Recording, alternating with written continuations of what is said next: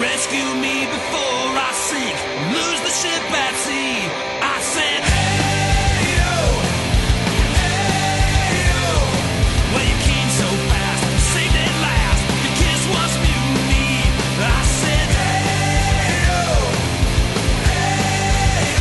save me from disaster, save me from the wreck that's gonna come, save me from disaster. It's been good for too long, and I took a leap of faith, and I've never fallen faster. Catch me in your arms, save me from disaster. I ride the ship, but I'm bound to slip. The water's to my knees. I said, hey yo, good for nothing. Breakdowns coming, failures apart. We are broadcasting live from the sovereign state of Jefferson, and we will do so every Thursday at 7 p.m. until further notice. I am Drew Lamb, and here with me tonight are my co-hosts, David West and Chuck Horton, and our very special guest, my friend Tobey Mullen. Tonight we'll be covering some Fukushima news, police state news, and we'd also like to pay tribute to the legendary Russell Means. So at the moment, let's just jump into some Fukushima news and radiation weather. Right now, my Geiger counter is showing 48, well, that just went up 50 CPMs. Pre-Fukushima, that would have been about 50 CPMs. So that's reading a bit high right now. Let's take a look at radiationnetwork.com to see what the readings are across the nation. I'm seeing a high reading right now of 70 CPMs near Philadelphia. And if we look over on the West Coast, readings are relatively low right now, 39 on a counter near Coos Bay. That's not too far from where we're at right now. Low counts, I'm seeing 13 down in Austin, 9 CPMs down in South Florida, and 11 CPMs up in northern Maine near the border of Maine and Canada. Since I'm on this website, there was something I wanted to get into.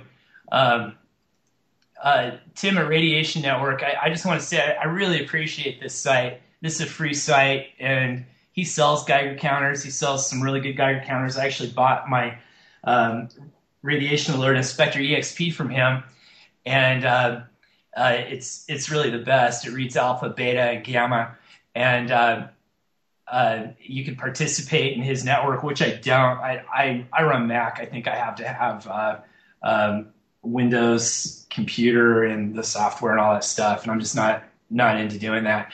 But I really appreciate it. But he has some messages up here that he puts up, and there was one recently where he was addressing some high counts. I think it was in Grand Rapids, Minnesota, and it was somebody running a PRM 9000, and somebody was getting some unusually high readings, and Tim usually will go through and try to debunk high readings, unusual readings, because there could be other things. There could be rainout, which is often radon, and that can release radiation, and oftentimes you get higher counts after a rainstorm, but you can also get higher counts from fallout after a rainstorm or a snowstorm. And on October 23rd, he had debunked high counts on this Geiger counter, and was saying that it was radon washout, and was saying that the guy was probably reading gamma radiation, and he stated that alpha and beta particles don't typically penetrate structures. And I'm not an expert. I'm not a scientist. Like I've said over and over again when I've blogged this on Radiation Weather on Facebook, I'm not an expert. I'm just a guy with a Geiger counter. But I have 3 Geiger counters. And in addition to my Inspector EXP, I have a Victor reading CDB 700, and I have a Radex Quattro.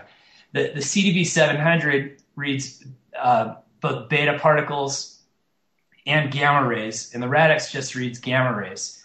The Victorines got a shield on the probe. And so if I only want to read gamma, I can just close that probe. I'm only reading gamma. And if I want beta particles, if I want a reading on that, I open it up. I always get massively higher readings with the probe open. And it doesn't matter if I'm inside or if I'm outside. And actually, I get relatively the same readings inside or outside.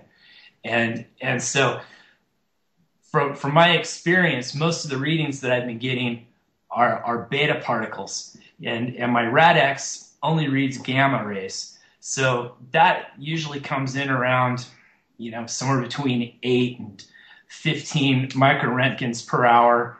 And if I've got my probe shield closed on my CDV 700, I'm usually around 15 CPMs or so. So I have to disagree with Tim on this point. And, he's an expert. Maybe he knows something. I don't know. I hope he listens to this, and I hope he elaborates on this, because I just disagree with him. I don't think that this is just radon, that's typically found naturally after rainstorms or thunderstorms or whatnot. So I'm going to move on after that. After that statement, another article I wanted to talk about that I saw in Energy News. All 12 earthquakes to hit Japan were near Fukushima Prefecture. This was posted yesterday. So Fukushima was getting pounded with earthquakes yesterday, and they ranged from 3.0 to about 4.5, it looks like here. This is a big deal because, as most of you know, they've been listening to this show regularly.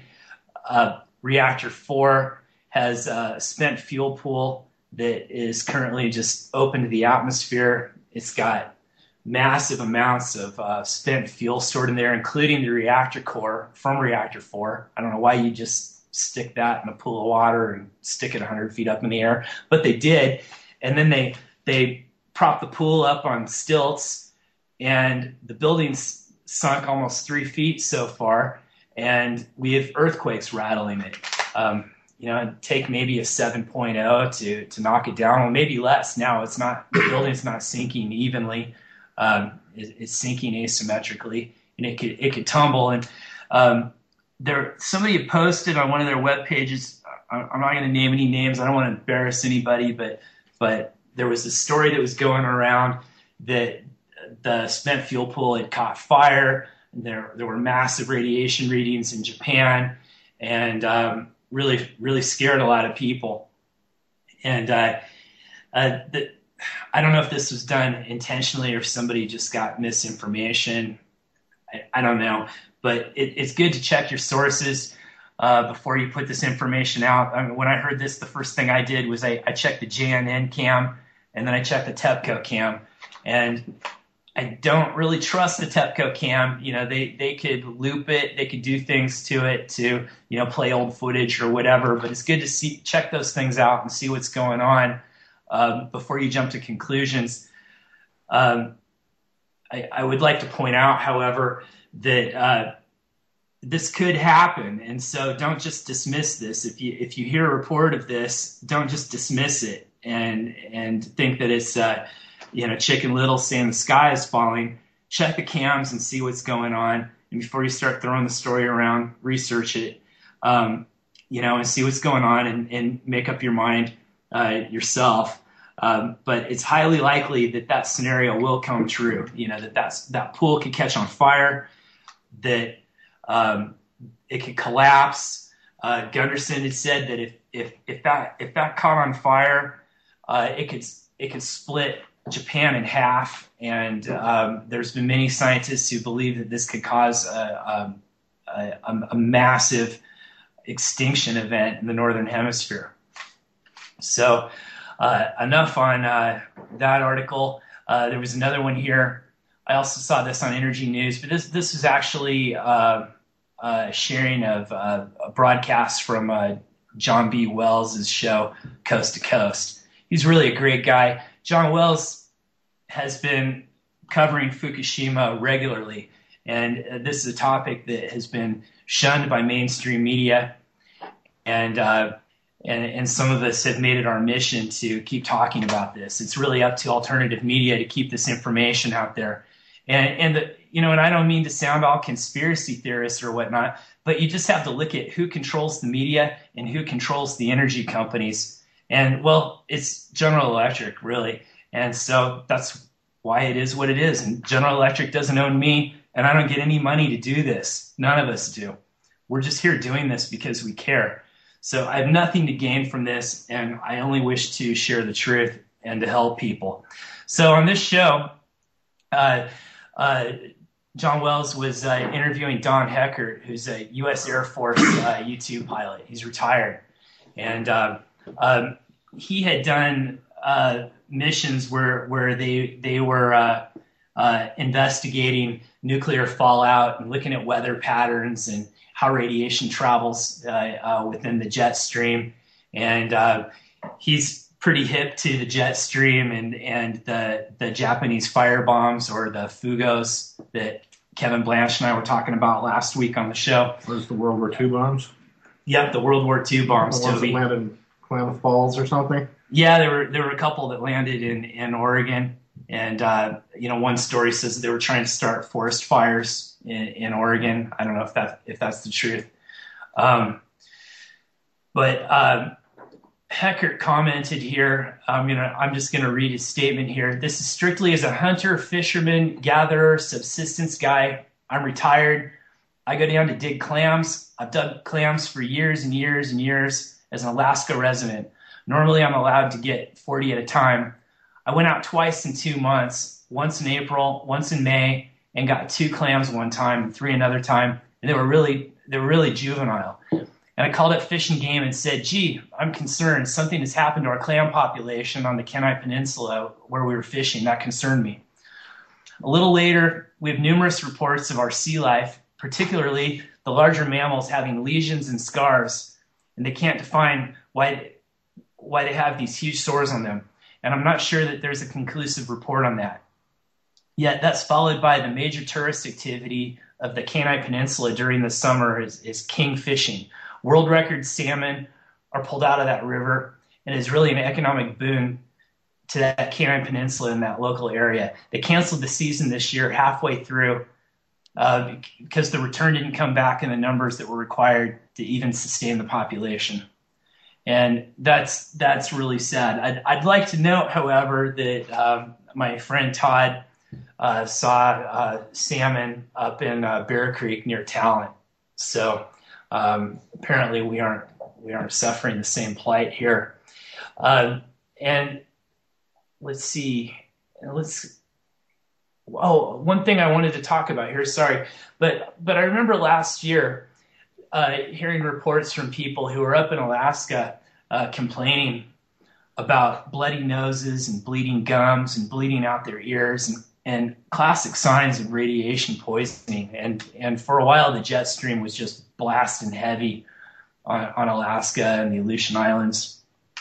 And it very well could have been from Fukushima fallout.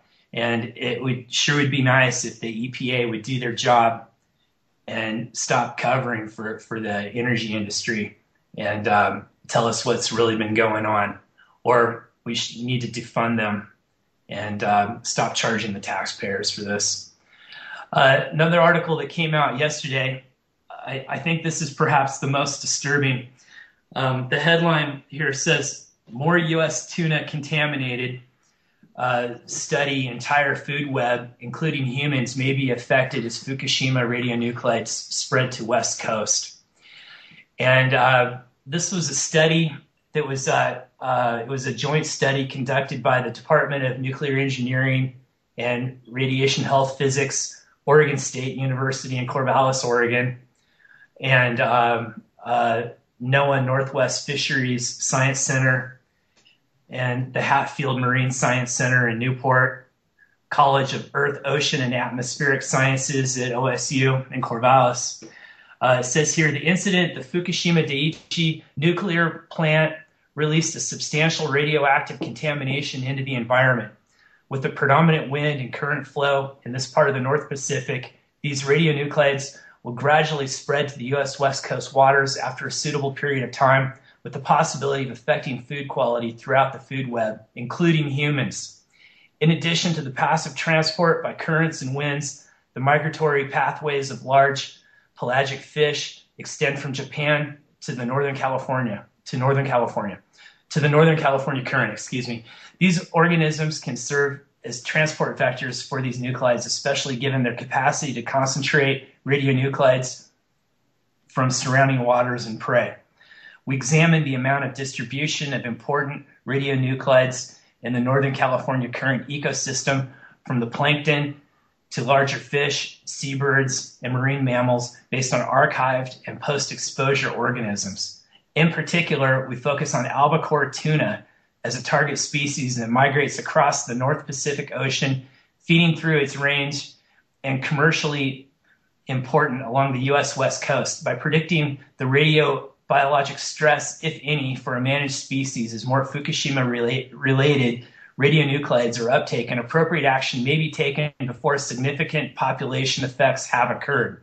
Determination of natural background concentrations and high-quality transport models produced from these data also aid in management in the event of future accidental release and in regulating safe activity releases. So, and I think that it has spread to the West Coast. And I've mentioned this before. I was talking to Scott Munson from Plant Trees down at Occupy San Francisco. It was almost a year ago, and he was testing kelp in San Francisco Bay, and it was reading above background radiation. I think he was using the same device I was using, that I have, a Victory CDV 700. I can't remember. Let's see, Chuck, you had a few comments about Fukushima, I think. Yeah.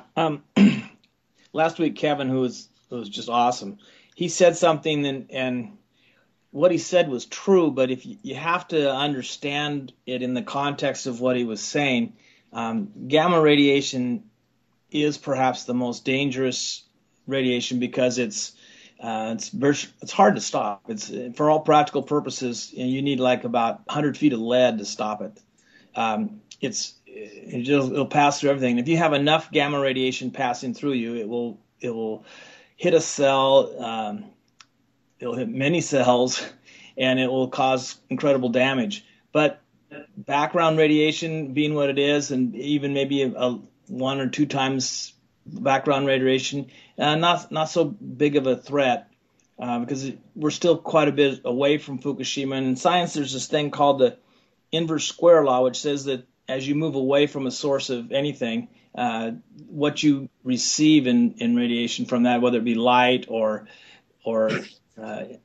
radioactive radiation, is going to diminish in an inverse square relationship, which means like the further you go away, the radiation drops by a square root of the initial radiation. I don't want to get into math, and we don't want everybody to turn off the radio, so we'll just skip the math part of it.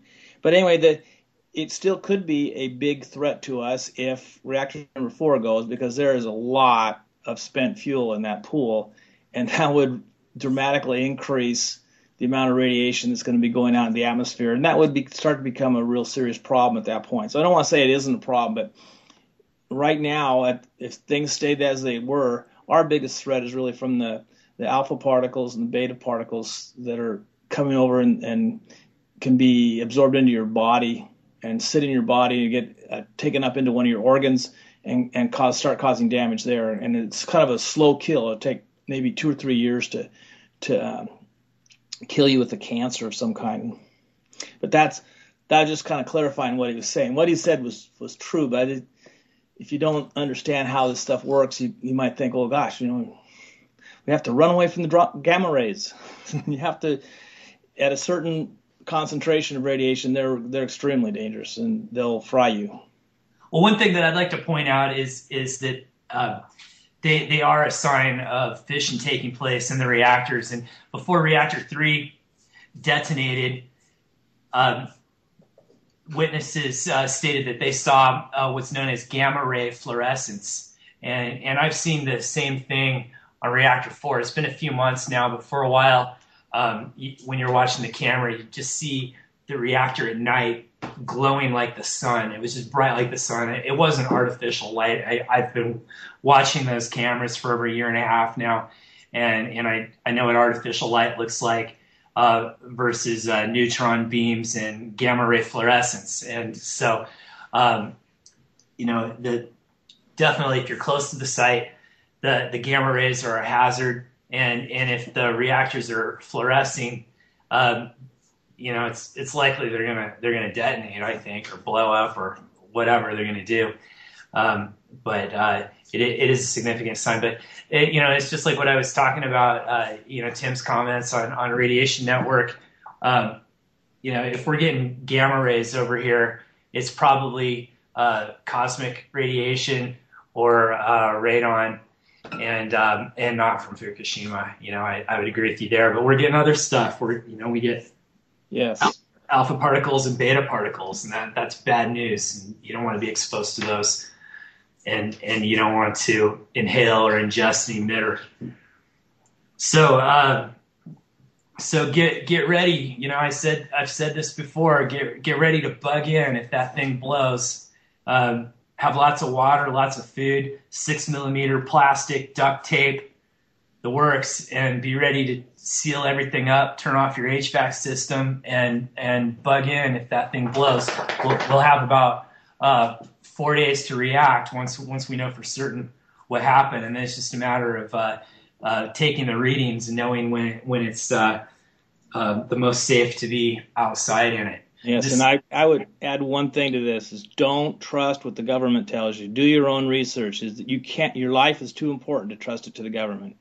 Exactly, I agree.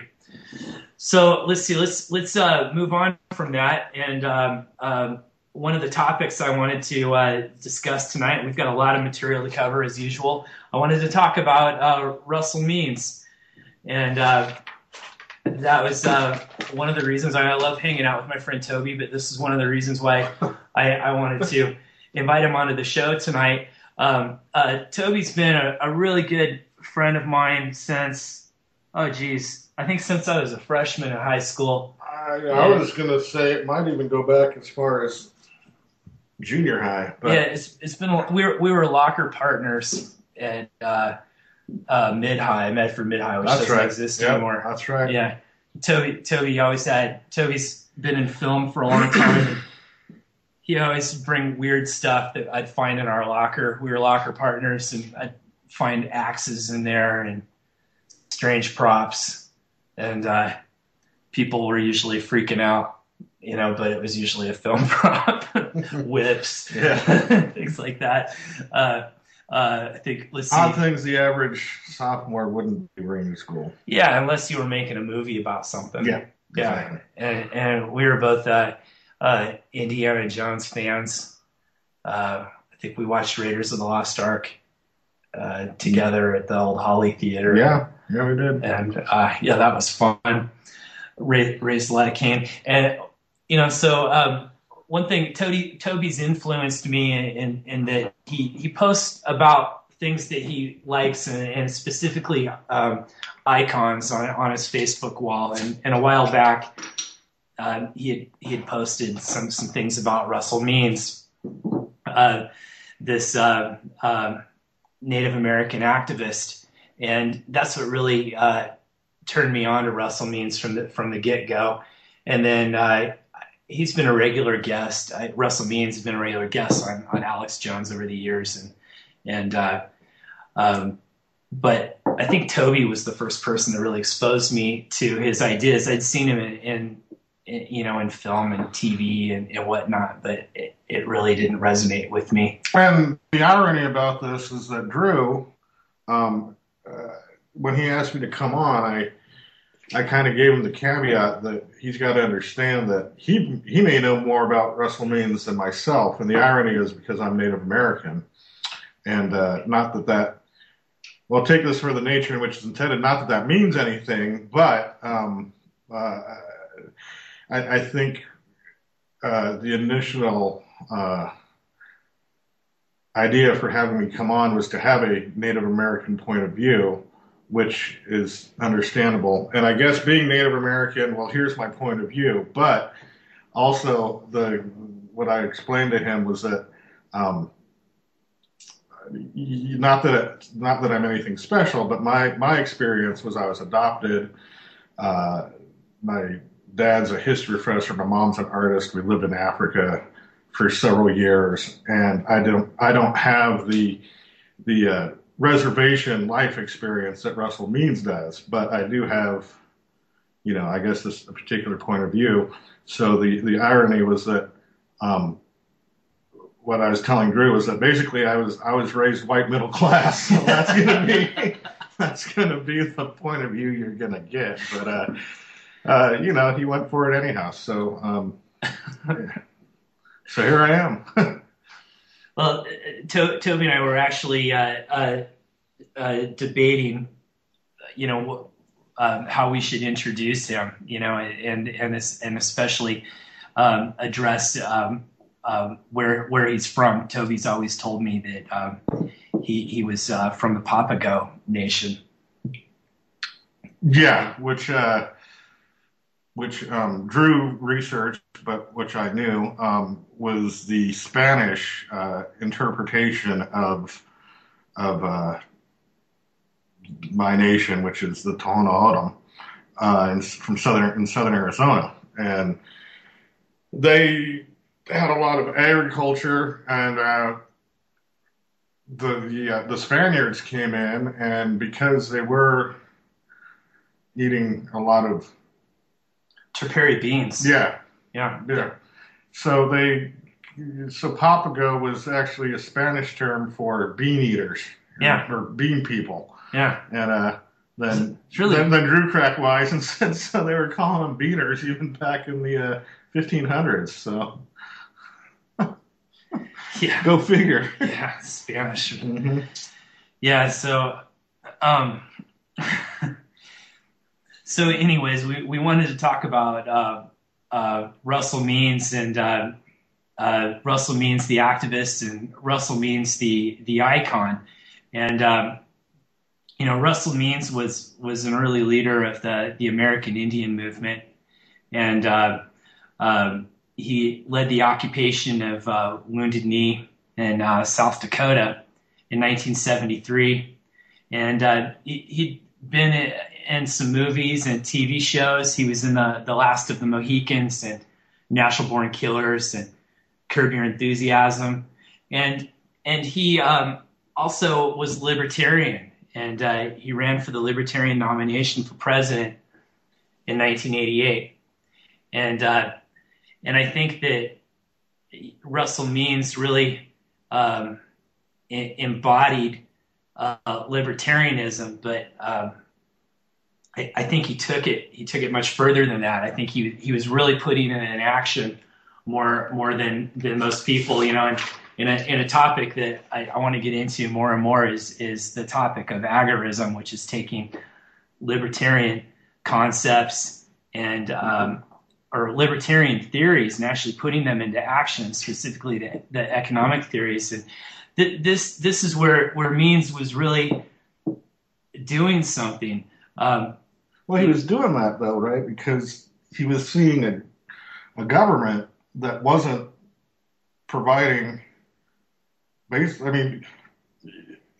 nation as a whole is maybe now starting to feel what the Lakota Nation has been feeling for about the last 100 some odd years, in that the government said, we're going to take care of you, don't you worry. And, you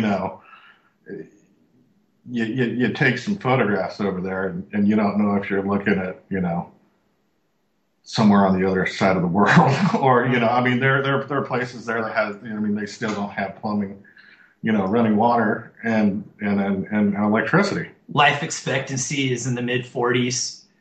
All sorts of diseases and abuse problems, and they're under government health care. Under Obamacare or Romney care. I mean, shouldn't they just be like super healthy and well taken care of? And some of these residents within the nation of Lakota, they get government checks, and they don't go directly to them. They would they go to the local store, and the store would cash them, and then just take what they wrote and give them the change. And so I think that there were also various treaties that were broken. That was one of Means's complaints, and so Means decided to create the Republic of Lakota and secede, create a nation within the United States. And in a video I think he did in 2009, he was inviting people to come and be citizens of the nation of Lakota and come and start a business. Well, that's interesting. He was, I was unaware that he did that until you told me. But I also knew, but I also knew that the part of the Iroquois Nation that exists, that resides on the Canadian side of the North American border, they're actually a sovereign nation also. Mm-hmm. They've done exactly what Russell enacted, and I don't think they've created their own currency. I think they still operate off Canadian currency, but they've claimed themselves as a sovereign nation, and even went as far as creating their own passports. So, well, Means was inviting people of like mind to join him in the Republic of Lakota, and he was saying that it was an energy-rich nation. It sounded like he was devoted to clean energy projects. Solar energy projects, and was interested in partnering with some of the other energy companies that were out there. And I believe his region included parts of North Dakota, South Dakota, Nebraska, Montana, and Wyoming. I think that was the region. I don't know the exact. Yeah, I don't know, but border. Imagine if you could set up solar farms. That would probably turn that nation around pretty nice, or wind. And, yeah. I think he had a plan laid out, but what got me was that he was so bold about this, and is the same as his occupation of Wounded Knee. He was one of the early leaders of the American Indian movement, and he and others. I've been trying to find out how many people were involved in that occupation at Wounded Knee. It was an armed occupation. They took over the town of Wounded Knee, South Dakota. You know what? There's you can look it up. I forget. Agents of Repression, I think, is what it is. It came out maybe about 20 years ago, but now not that long. But it's a great book. It actually covers the government's influence on the Black Panther movement in Oakland and the Wounded Knee. I don't know. I'll get it to Drew and he can maybe post it. But if you guys want to read into it a little further, it's a great book. But there was a group of them. I don't remember exactly how many actually participated, but the three main people at the time, I believe, were Russell Means, Dennis Banks, and John Trudell. And Bill Means. Bill, yeah. Yeah. And the way that Russell described 50 caliber fire. I mean, actually exchanged gunfire with government agents and the BIA, and and that was the same incident that landed Leonard Peltier in the federal clink. Was they convicted him of killing 2 FBI agents on the during one of the conflicts. So. Well, yeah, but Bill Means, he tells it differently. He says that they had captured two guys. They were trying to make their way back to Wounded Knee, and they were going through various roadblocks and whatnot, and they had encountered a few APCs, and I think one of them set off a flare, and so they decided to go into the tree line.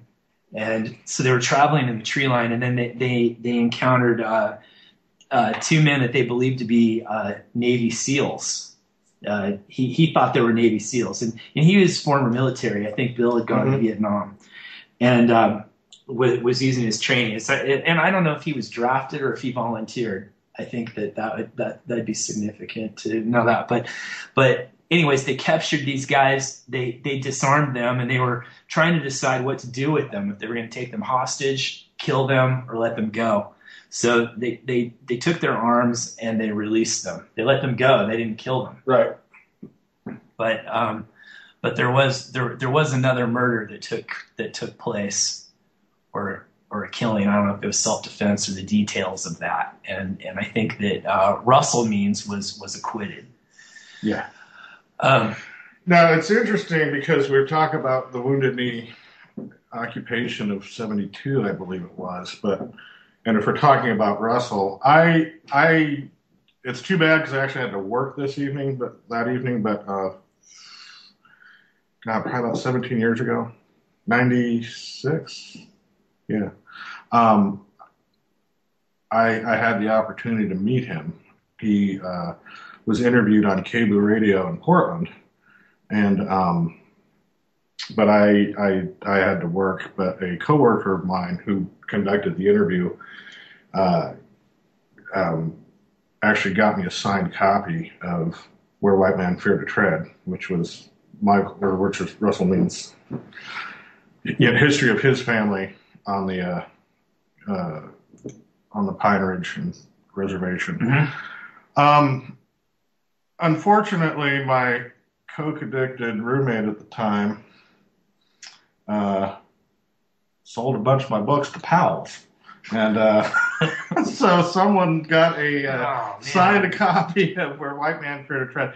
But going back to the what you were talking about, the Navy SEALs, and you can take this any way you'd like, but his grandmother was at the Battle of Wounded Knee, or the Battle of Bighorn. Oh.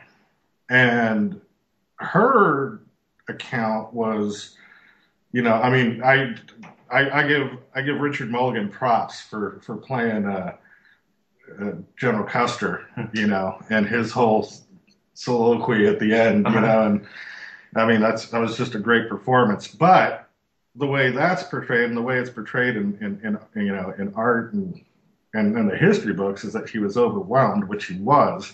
But what they don't say is that Russell Means' grandmother said that Custer actually committed suicide because he was so overwhelmed. He saw this as just, we are not getting out of this, and as opposed to going down with the ship, right? He blew his brains out. So that's a completely, that's quite a turnaround in of historical interpretations. Yeah, exactly. So right. That's yeah, it's no pride there. Food for thought. Yeah, exactly. Well, one of the things that I appreciated about Russell Means' activism was how he tried to describe to everybody, well, mostly white people, about what's going on right now with the banksters and the New World Order is that a reservation is being set up for all of us. And he did a video. I posted it on Welcome to Facebook. our world, buddy. Yeah, exactly. Welcome to the reservation. And it kind of, and he spoke out a lot against the banks and the Federal Reserve and their incessant printing of money. I was just thinking about this today. It got me. Do you remember that movie Smoke Signals that came out years ago? Yeah, that's a great movie. That was a really cool movie. But I was thinking about that scene. I can't remember that character's name. The guy with the glasses. Right. And he was telling the story, what I call the story of the Jesus fry bread. Yeah. Where and the story where the woman holds the bread up over her head, and there's not enough bread for everybody, and she tears the bread in half, and there was enough bread for everybody. And well, that's kind of how the Federal Reserve works. You get a piece of bread. They take your dollar and they tear it in half, and there you go. it's kind of the same. And I think that if you've lived in the system that's been laid out for the American Indians, where they've been given these reservations to live on, or as Means called them, concentration camps. You have a totally different perspective on reality, and most people cannot even begin to appreciate it, but I think they soon will. Yeah. I think that the time is near when people will see this for real. And I've gone to FBO.gov, and I've seen the request for proposals to build labor camps. They call them responder camps, and it even says in there how they're to be run, and the attorneys are given priority for work. That's why they're labor camps. And this is real stuff. I've researched it. I've talked about this on Madison Rupert's show, In the Lie. Madison's written many articles about this, and people should check that out. And I think we're using up a lot of time here, and so I want to give the floor over to Chuck and David. Hopefully they're still on here with us. You guys still here? Before we switch topics, I just wanted to say I was pretty bummed to hear that Russell Means had died just the other day. It was only a couple months ago. I rewatched Last of the Mohicans, which I've owned for a while, and I've seen several times throughout the years, and I've always really enjoyed that movie. And just this last time I watched it, I was reminded of all the sort of libertarian subtext in it. And, there's some pretty explicit parts where the colonists are kind of talking about, how they don't need the government doesn't help them. Make some pretty disparaging remarks against the British and government in general. And so after I actually Googled Last of the Mohicans libertarian, really only trying to see if anyone else had written any articles about the libertarian themes in the movie. And of course, the first thing that pops up was actually Russell Means, and it talked about how I think he'd been a libertarian president or a libertarian candidate for president at one point. And I was like, wow, no way, because he's the main the main Indian character in that movie. He's the dad, Daniel Day-Lewis, and the other guy's dad in that movie. Of course, I guess Daniel Day-Lewis is his adopted son in the movie. So I thought that was really interesting. So I actually read up a little bit about him, and I mean that couldn't have been more than a month and a half, 2 months ago maybe. And so when I heard he died just a couple days ago here, I thought that was pretty unfortunate. He's definitely a pretty unique voice in the liberty movement.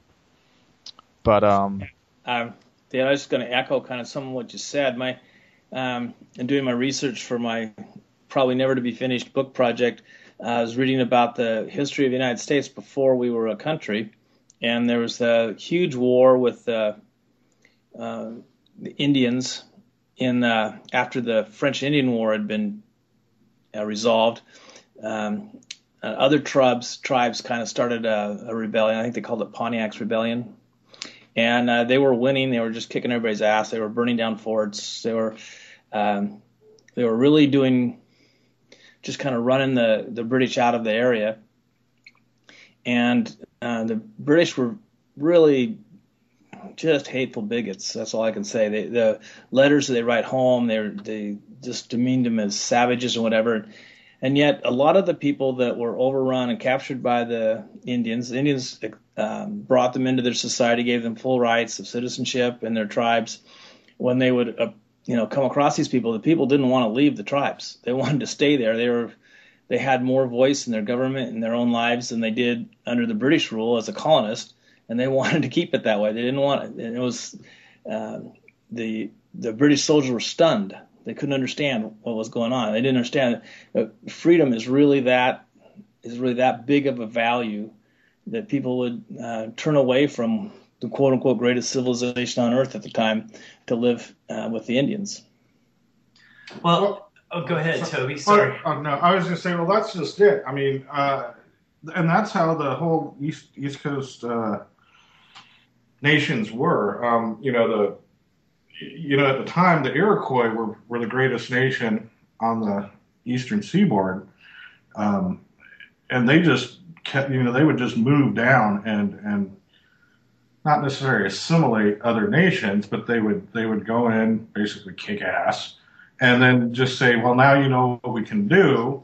Go about doing what you were doing before we even showed up, and if anyone comes to try and violate your territory, well, we're behind you, and if anyone comes up against us, we're you'll be with us. So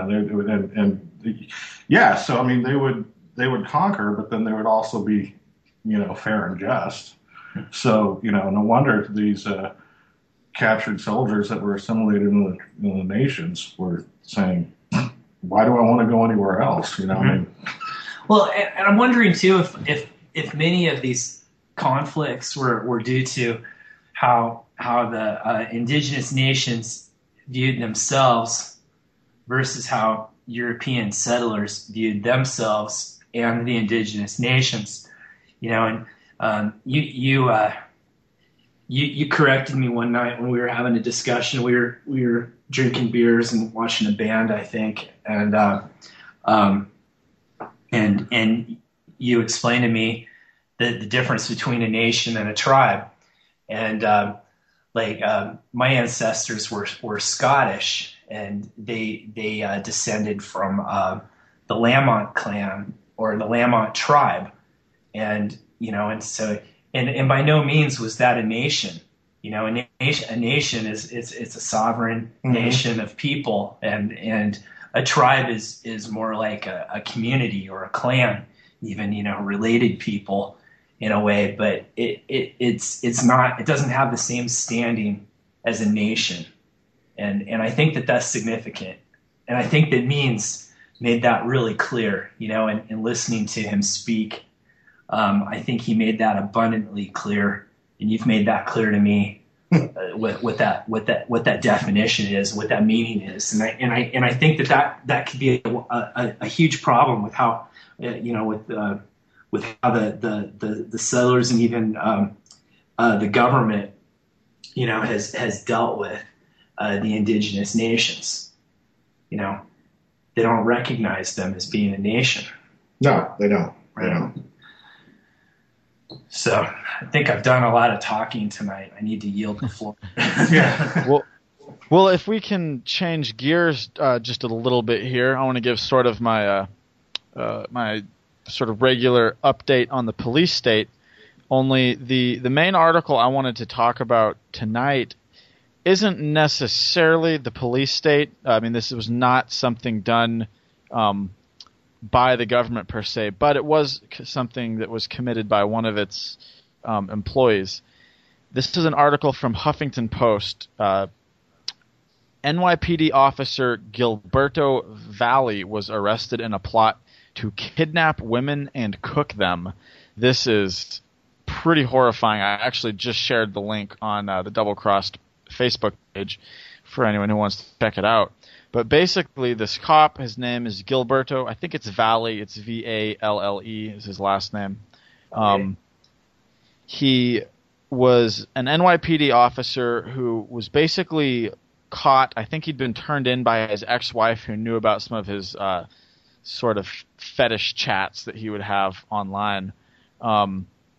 He was caught illegally compiling a list of 100 women that he wanted to stalk and kidnap and cook and eat like a cannibal. It's one of the more shocking articles I've seen in a long time. Thankfully, it doesn't sound like he was ever able to partake in any of his sick fantasies. It's one of those things that almost makes me hope that he'll, get off on a technicality to be released back in society, because he hasn't actually done anything yet. So, disgusting as it is, this should all be covered under free speech. I'm hoping he'll get released and, someone will take care of him. I know if it was my wife or girlfriend or something on that list of 100 women, you better believe I'd, bury this guy in the woods, if he's lucky. But I thought it was really interesting. It made me think of an article that Will Grigg, who of course runs the blog Pro Libertate that I cite fairly regularly on here, he did an article back in March. I got it up right now. It was basically about police who are sexual predators, and this was one of the most interesting things. I mean, the whole article is just full of horrifying stories. But this was the most interesting part of it to me. It said, in his memoir, Breaking Rank, a cop top's expose of the dark side of American policing, former Seattle police chief Norm Stamper warns that, quote, sexual predation by police officers happens far more often than people in the business are willing to admit. My cautious guess is that about 5% of America's cops are on the prowl for women. In a department the size of Seattle's, that's 63 police officers. In San Diego, where Stamper began his police career, 145. In New York City, 2,000. The average patrol cop makes anywhere from 10 to 20 unsupervised contacts a shift. If he's on the make, chances are a predatory cop will find you, or your wife, your partner, your daughter, your sister, your mother, your friend. It's really interesting to me that, the former police chief of Seattle, this is not an insignificant, I don't think anyone can blow him off as a disgruntled former officer who was fired or whatever. This was the top cop in a large city, a guy who probably had at least a 20 or 30 year career in law enforcement. And he's saying things like this. His cautious guess is that about 5% of America's cops are on the prowl for women. It really makes me wonder, what kind of people, what kind of man especially, is attracted to the law enforcement profession. I personally believe quite strongly that sort of all evidence points to law enforcement attracting a far higher percentage of, control freaks and just power-thirsty deviants than a lot of people like to think about. People like to pretend that the cops protect them, obviously. And, probably even more so than the military. I think that, the police force just attracts an incredible amount of sociopaths, control freaks, just violent people. So I don't know, what do you guys think about that? Control freaks, definitely. I don't know. It's just interesting to me. It seems like the kind of person who'd want to do the sort. I mean, there's a lot of things that cops have to do that I think most people just don't agree with. I know a lot of people who I know cops who don't agree with some of the things they're supposed to do, but they do them anyway, and that just fascinates me. Like I don't understand. There's a great episode of This American Life. And the title of the episode is Right to Remain Silent. And it's about a guy that gets pissed off at the Apple store and types something. I think he was quoting Taxi Driver, and he was an ex-military. And someone didn't like him, and so they called the police, and the guy, and he smoked marijuana for anxiety. And I guess someone read his Facebook status, and then a few hours later he gets a knock at the door, and he described it as, these weren't your uniform cops, these were your cops in the flannel shirts and the jeans with the badges hanging around their necks, cops. And he's, he meant, they said, can we come in? And he said, well, why? And then when he sort of looked out the door, there were 10 more throughout the hallway, you know, with MP5s. And he's all like, wow. And it was all because they were responding to this quote that he had modified from Taxi Driver about how, I think, I'm not sure if it was the one of these days, the rain's going to come quote or something. But anyway, they thought he was going to actually go down to the Apple store.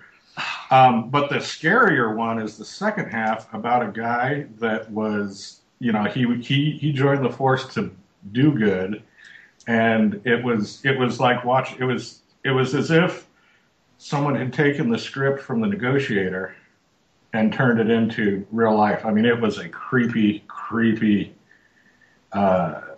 experience to listen to. This guy was recording, you know, basically what was going on in his precinct, and they caught wind of it, and there's a episode, there's a part in it at the end, near the end of the segment, where they show up. Basically, he says, "I'm not going to do this anymore. I'm home," and you know.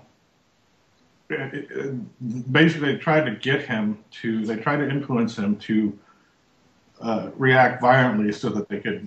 He thought that they were trying to manipulate him so that they would have reason to shoot him, so that he would not be able to go public with everything he had gathered. But go listen to it. It's This American Life. It's you can download it, and it's or maybe I'll post a link to the Double Cross page. Sure. But it's really worth listening to. I mean, I don't know how many NPR fans are listening to this, but it is very. I doubt there are any, actually. I was going to say it, but it hits the core. Hits to the core of what David's saying about these power hungry deviants. It's and that's not all. That's not everybody. That's not all of them. I have some friends that are police officers, and they're very reasonable people. So that, but there are a few bad apples. That's true. I mean, there's obviously going to be a lot of guys that are well-meaning. I have a couple friends that are cops, but I think that people do need to recognize that kind of job will naturally attract either. I mean, we have proof that it either attracts more people who have sociopathic tendencies or whatever you might call it, psychopathic, or that more of the people who end up in a job like that get sort of corrupted by the power and just can't handle it. I mean, one way or another, there are more people in jobs like that. There are more people in the military, who are like that. God knows there are more politicians who are sociopaths. It's if you're a pedophile and you're attracted to Child Protective Services or TSA, those are occupations where you can do what you do with immunity.